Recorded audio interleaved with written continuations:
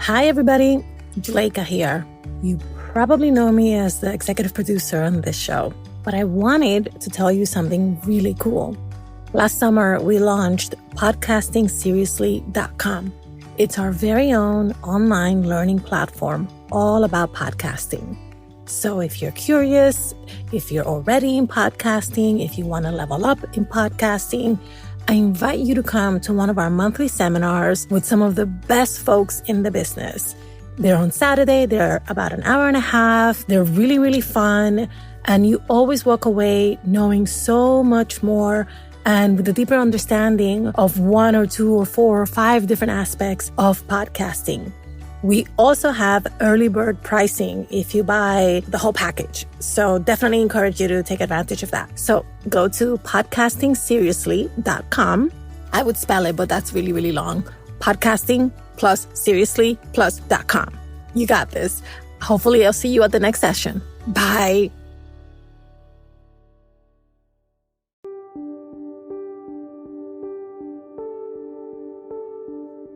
$70 million adults in the United States have a criminal record.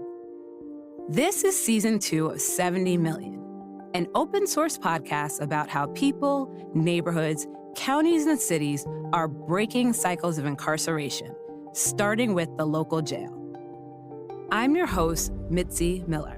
So I got to experience the uncomfortability of just being stuffed in a cage and all. That was real scary. We're keeping people down there with rats, roaches, they got black mold, and we spend $16 million on it every year. We eliminated cash bail bonds in the city of Atlanta. There is no one who's been incarcerated, including myself, who has been helped by incarceration.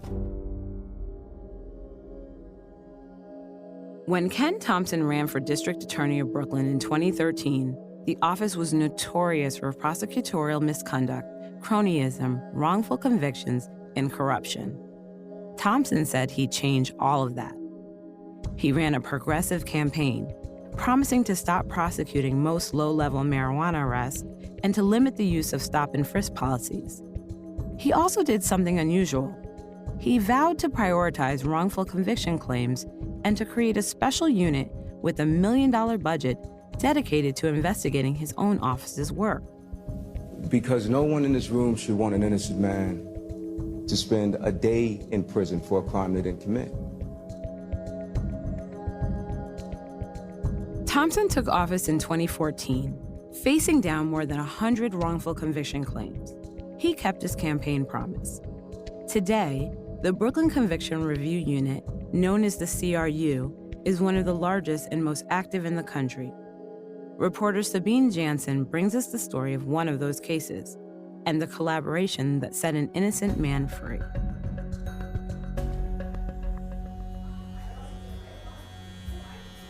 On a Wednesday afternoon, 4 people are crammed into a small and cozy barbershop in Midtown Manhattan. A barber is cutting a man's hair and chatting about how he got the job. So they got real barbers, professional master barbers that come in and run the prison barbering program. Where was the prison? He trained and became a certified barber while in prison. He's been free just over a year and a half. Hi, my name is Denny. At the age of 17, I got arrested and charged and convicted for a rape, robbery offense that I had absolutely nothing to do with. When Mark and I get a chance to really talk, he's sitting in front of me in his studio in Manhattan. On the wall, there's a picture of him with a lawyer from the Innocence Project. They're a nonprofit that works to free wrongfully convicted people. It's the only sign of his nearly 3 decades in prison, and the only sign of what it took to get him out. As we start talking, I learned so much about him, starting with him growing up in Brooklyn as an immigrant kid. His family came from Guyana when he was 7 years old. You know, I was trying to fit into my new environment because when I came to this country, I had an accent. You know, I looked totally different. Everything was just different about me. So being accepted by other kids, you know, was kind of like a challenge. So, you know, I had to go through a lot of changes, even as a kid, in adjusting and finding my place. Mark did find a place for himself. He did well in school and made close friends. To this day, I still have a couple of my best friends that I grew up with. We did things kids do. We would go out, we would have fun, play games. We would do a lot of sport events with like bikes, boxing, you know, swimming. We were just an adventurous crew. Mark was 16 when that changed. On December 20th, 1987, 3 men walked into a Brooklyn Burger King where 2 employees, a man and a woman, were just closing up for the night. The man robbed the restaurant and brutally gang-raped the woman. Mark was at his mother's house, asleep with 4 siblings. He woke up the next morning and went about his day like any teenager. He doesn't remember even hearing about the crime. About a month later, Mark, his cousin, and a friend are driving when they get pulled over. His cousin has a gun in the car, and all 3 get arrested. Mark spends half the night in jail until his family bails him out. So I got to experience the uncomfortability of just being stuffed in a cage and all. That was real scary. In the meantime, the police have continued investigating the rape and robbery. Mark doesn't know it yet, but they think his cousin was one of the perpetrators, the same one who was in the car with him when they were pulled over. I guess the cops assumed that because I was with him on one time, it's a possibility that I was with them all the time. I actually became guilty by association. 2 months later, the police knock on Mark's door. Well, they told me they came to ask me some questions. They had my cousin arrested in the precinct, and they wanted to ask me some questions, and they would bring me right back. My grandmother wanted to volunteer to come with me, but they told her it wasn't necessary for her to come, so I didn't really get the gist of it until I got to the precinct. When he gets to the police station, they arrest him. When he finds out they're charging him with rape and robbery, he's shocked.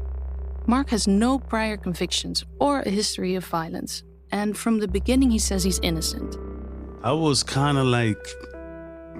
like, to me, it didn't make no sense in my head. In my mind, they had me confused with somebody else.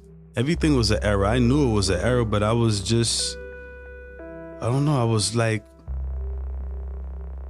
just overwhelmed by the fact that no one else didn't seem to realize they was wrong. Everyone was like hypnotized into doing what they was doing.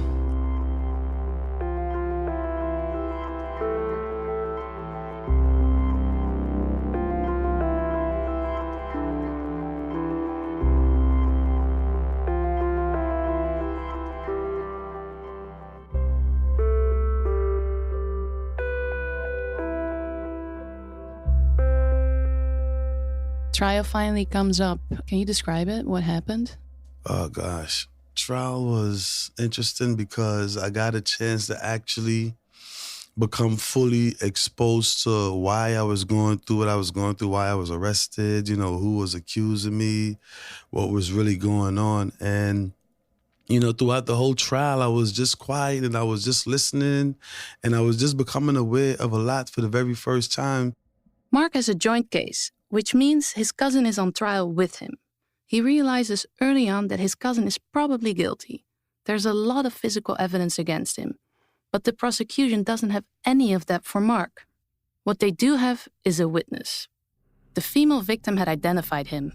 And I was kind of heartbroken when I seen the victim up there and crying and carrying on, but I was really crushed more when it came to a point that the victim had to make an identification in the courtroom.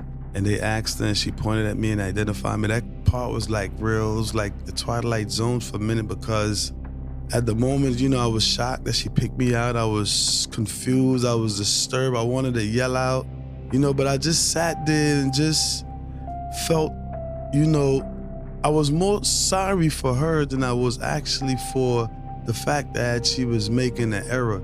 That part seemed to overwhelm me a lot.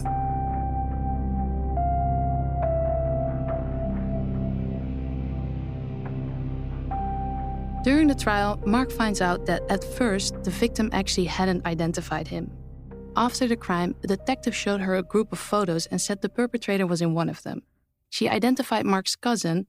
Mark's photo was in there too, but she didn't pick him out. But 2 days later, the police arrested Mark anyway. They put him in a lineup. By this time, the victim had already seen his photo, and she did pick him out. In my mind, I was like, yes, okay, they see it now that the only reason why she identified me is because they showed her picture. So I was hoping on, getting acquittal. I couldn't wait to get out of prison and go home and tell my little story. This will end up being a big part of Mark's case. When Mark was arrested in 1988, people were already concerned about eyewitness misidentification, based on what's known as multiple exposures. That is showing someone the same face several times. Today, it's well known that such procedures increase the risk of an unreliable and incorrect identification. But at the time, there wasn't a lot of research, and the practice was common. Still, once Mark understood what had happened, he actually felt hopeful. And that's another thing that kind of kept me afloat on Rikers Island, was the excitement of just finally getting out and making it, and to be able to tell the story to my little friends and stuff, you know? But that moment never came. When the jury comes back in, the judge asks if they've reached a verdict. And when they stood up and they said what the verdict was, wow. And even back then, even though I was a kid, I was still like religiously rooted. So I kind of had like a spiritual hope behind it all. You know, they had the big sign in the courtroom, "In God we trust," and all that. So, you know, that was like a real whirlpool for me when that moment came. You know, I just blanked out. Everything just went dark and doubtful, and my mind was just blank. And I was just crying. I just started crying. On February 2nd, 1989, a jury convicts Mark of rape in the first degree, sodomy in the first degree, coercion in the first degree, and robbery in the second degree. His sentence, 19 to 57 years in prison. When I got those numbers, I broke down again. I couldn't believe those numbers. Then I was trying to plead to the judge, "You're wrong, I'm innocent, I wasn't there." You know, I wasn't there. You know, it was just, those words was just all the words that I could have said. And it didn't hold no muster, you know.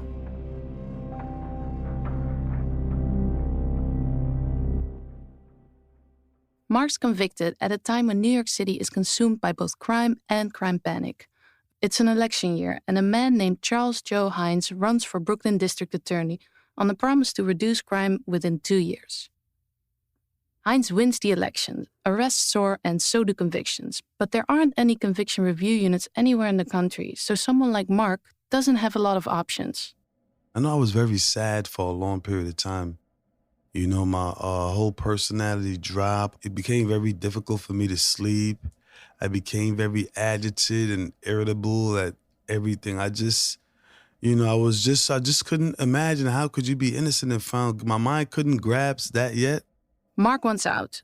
He starts studying at the law library, and after his first appeal is denied, he doesn't stop.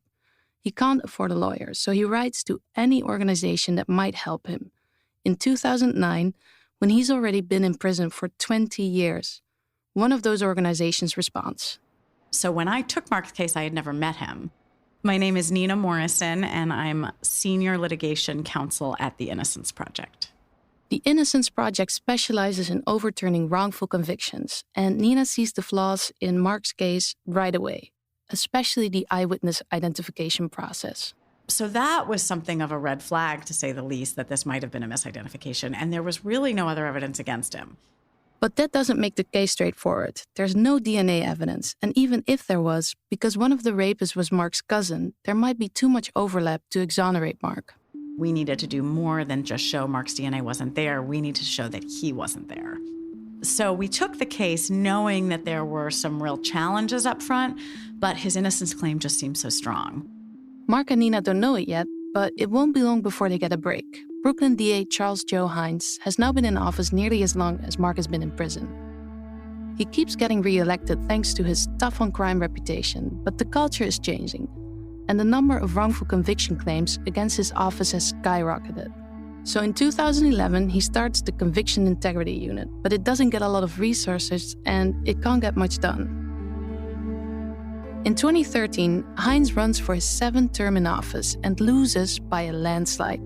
The winner is a progressive reformer named Ken Thompson, who promises fairness, equality, and justice, starting with wrongful conviction claims. One of the things he does is rename the Conviction Integrity Unit. My predecessor called it the Conviction Integrity Unit, but I thought the process in place did not have integrity. And so I changed the name and called it the Conviction Review Unit. But when I took office in January, there were about 100 cases of wrongful conviction claims, but yet there were only 2 prosecutors who were responsible for reviewing these cases. Those 2 prosecutors didn't even sit next to each other. They were on different floors. They weren't even given the real resources to investigate these claims. So I thought that was crazy. While DA Thompson is busy getting the CRU off the ground, Mark's lawyer Nina Morrison and her team are scrambling to find new evidence in his case. But it's slow going. After 5 years of looking, they still can't find the DNA evidence. and they haven't found much else. And at that point, we faced a really hard decision. We didn't know that we would ever have enough to get him out of prison. In my mind, it was like, oh man, I'm definitely not getting out now because all I really had was the truth, and that wasn't doing nothing for me for years. So then I actually started to lose somewhat hope, being that it was taking so long. Around that same time, the conviction review unit starts to take off. They bring on 10 prosecutors, 3 outside lawyers in an independent review panel, and a high-caliber defense attorney. This was not just for politics. This wasn't just for show. This is Eric Gonzalez, the current Brooklyn DA. Back when the CRU started, he was Ken Thompson's chief assistant. DA Gonzalez and Mark Denny actually have a lot in common. So I'm a native New Yorker. I grew up in Brooklyn, and I wanted to become a prosecutor from the time I was in high school. I grew up in a particularly tough neighborhood, both in Williamsburg at the time and East New York, where there was a lot of crime, a lot of drugs, gang violence. But also as a Puerto Rican young man, I also felt alienated from the police department. And when I learned that prosecutors were meant to sort of serve as a liaison between community and law enforcement and help communities get safer, I thought this would be a position that I'd be interested in. But I didn't realize at the time that I had to go to law school or any of those things. That was a surprise to me. Gonzalez understood what the CRU might be able to accomplish. A common thread to wrongful convictions have been sort of inadequately investigated by the police and the district attorney's office. Often defense attorneys didn't have the resources to do their own investigations. But the CRU does have resources, a budget of over $1 million a year. And they get to work fast, exonerating 10 people in the first year. A lot of those first exonerations are in what they call Category 1, cases where it's obvious that something had been done really wrong. Some cases involved a notoriously corrupt detective. In others, there was only one eyewitness and no other corroborating evidence. Those were convictions like Mark's.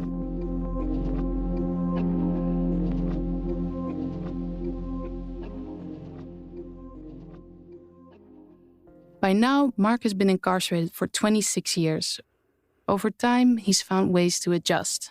So I started cutting hair in prison. Then eventually came to a point where I started going to school, I started going to college. But I was over the course of the time, though. You know, as I became more situated with the idea that I might never come out of jail. So I started to do different things to keep myself afloat. While he cuts their hair, he talks to the prisoners, often about his case, and it doesn't always go well. Once they hear the word rape, it's like everything else shut down. All they're saying is that, okay, you did something to either a little girl or an older woman or whatever the case may be. So I had to deal with that. I almost lost my life in prison. I got stabbed in the neck, and all of that was a result of, you know, people just being in a rage at the fact that I was in jail for a rape. It just made them find me repulsive. So it brought out the worst in everybody. Mark is losing hope, but his lawyer Nina Morrison is actually feeling optimistic. She's been watching the CRU work and is impressed. We were able to see in the early years of the Thompson administration that they were putting substantial resources into these reinvestigations. It became an independent and well-funded unit, and they were exonerating people at a pace that we had not seen in many offices. And it gives Nina an idea. We wrote up a memo that was more than 20 pages, single-spaced. It was very long and very detailed about the history of the case, everything that led to Mark's arrest and conviction, and the interviews that we had done so far, and what we thought were the most promising angles that the CRU could use to take it from there. Nina submits the memo to the CRU, and in July 2015, they agreed to open an investigation into Mark's case. I'm Lisa Perlman. I'm an assistant district attorney at the Brooklyn DA's office. I work in the conviction review unit, and I was the ADA that investigated the Mark Denny case. The first thing that stood out to her about Mark's case was the same thing that stood out to Nina, the eyewitness identification. So I guess it's important to preface what I'm about to say with the victim in this case was the victim of an horrific crime. And the process that occurred through her experience navigating what happened after the crime in terms of the criminal investigation. There were so many factors that contaminated that process. So when I speak about inconsistencies, this is not in any way placing blame on the victim. The first thing that we noticed was that based on the actual nature of this very violent gang rape, there was a very obvious issue with what was the victim's ability physically to perceive what was happening at all times and all around the room. And we found that that was very compromised. There were 10 accounts given by the victim in this case that were inconsistent with one another. Again, no blame whatsoever on the victim in this case. But when the CRU takes a case, they don't just rely on the original evidence. They reinvestigate the crime from start to finish. They read all the trial transcripts, police reports, re-interview witnesses, and re-examine the physical evidence. Lisa says there were 2 really big aha moments in Mark's case. The most important one was when she located one of the co-defendants who was never prosecuted. See, in the beginning, there were 4 defendants. 1 pled guilty right away. Then there were Mark and his cousin, who went to trial together and were both convicted. The 4th co-defendant was never prosecuted. His case was supposed to be tried after Mark and his cousins, but the victim declined to go through another trial. And so this co-defendant's case was dismissed. But Lisa found him. We came to him and said that we were investigating a claim of innocence from one of the 3 other defendants. He did not know which one. We did not tell him which one.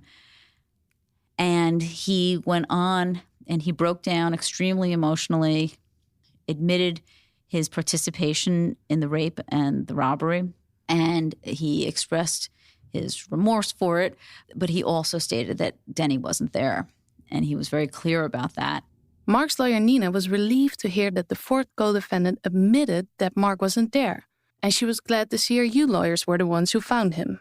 You face a very, very heavy burden when you go back into court 25 years after a crime of saying to a judge that they should undo a verdict that the jury rendered. And that's where conviction integrity units and conviction review units become so important. Because if the DA's office is able to reinvestigate a case and they come into court and say, we believe that the evidence does not support the jury's verdict, we believe that he is innocent, everything changes. I asked DA Gonzalez about the office politics in these cases. I've seen a few instances of bad blood, but what I've actually seen is also a few instances of when I tried that case, I really did not know about that witness. I did not know about that piece of evidence. I did not know this. So we've learned so much. And that's why we can't rely on the standards of 25 years ago to say, well, that was legally sufficient 25 years ago. We should now not examine it today. We know so much more now. That's why we have an obligation to take a look at those cases. So to really answer the question, the overwhelming number of ADAs that we've overturned their case, what they've actually expressed to us is sadness that they were involved in a wrongful conviction. I reached out to a number of prosecutors who've had their cases reviewed. None of them wanted to talk about it, but ADA Lisa Perlman did share her perspective. It's horrible.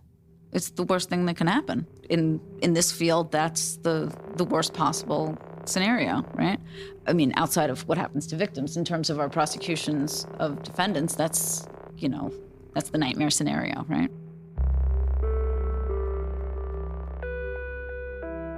Over the course of 2 years, from 2015 to 2017, the CRU does their own investigation of Mark's case. The detectives also visit Mark in prison.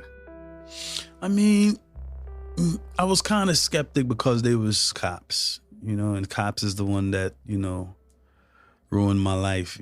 And so when these guys came on board, I was kind of reluctant that, cops was going to help me get out of jail. And I really had a real pessimistic point of view about all cops. And then they just told me that, they read about my case and they believe where I'm coming from and they're really going to do everything to go out there and do the footwork to make sure all the facts add up and to just, have confidence, be patient. They're going to do everything. So At the end of the conversation, I kind of felt a little bit more hopeful about them. And I kind of got a feel for them, and I got a sense that, they really, really going to do the right thing. The detectives interview him twice. Before I know it, I was in court. The district attorney, Eric Gonzalez, was apologizing to me. My lawyer was there, my family. All the things that I desired and longed for was just, all of a sudden, it was just there. It was like magic. A whole bunch was going through my mind. I can't even really say exactly what it was, but it was just that it was a shock. It was a total shock. It was a total wake up. It was a total relief, finally.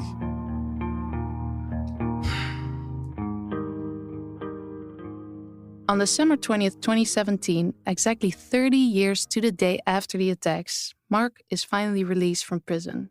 In total, he served 29 years, 9 months, and 1 day. He still thinks about D.A. Gonzalez's apology to him.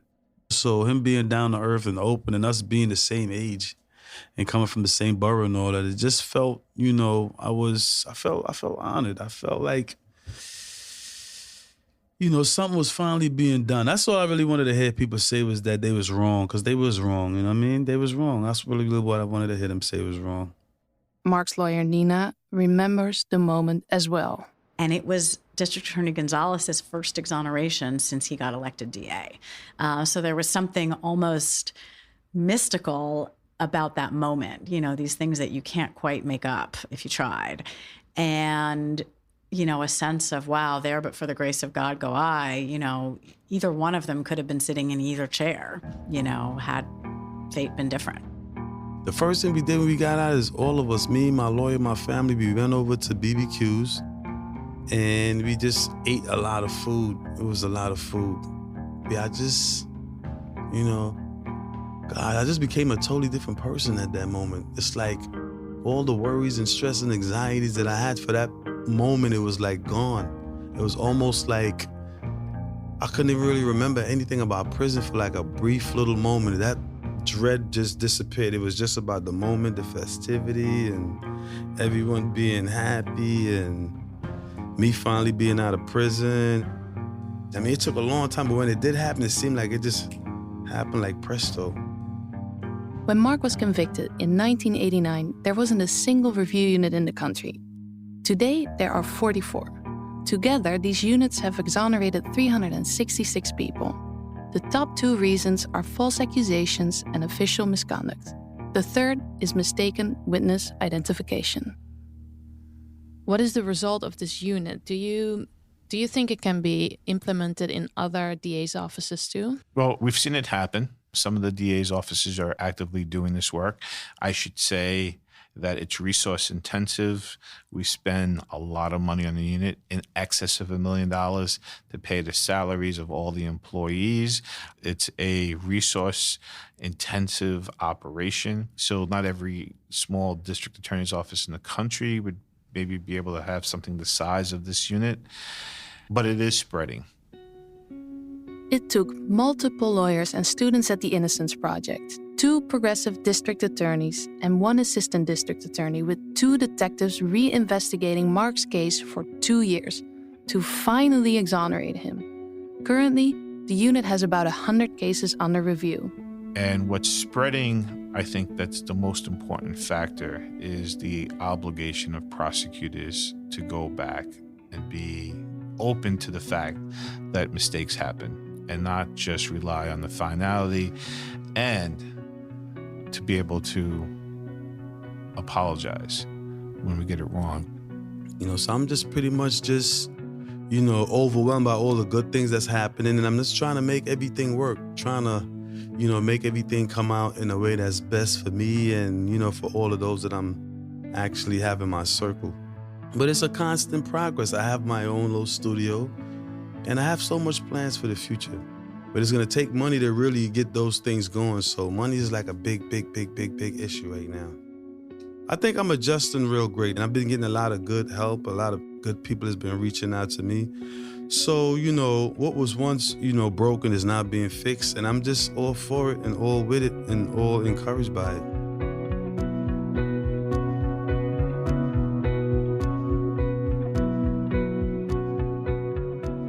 Sabine Jansen is a reporter based in Brooklyn.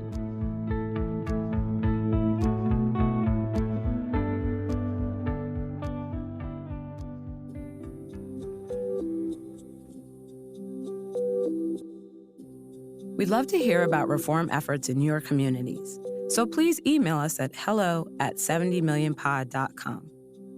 For more information, our episode toolkit, and to download the transcript for this episode, visit 70millionpod.com.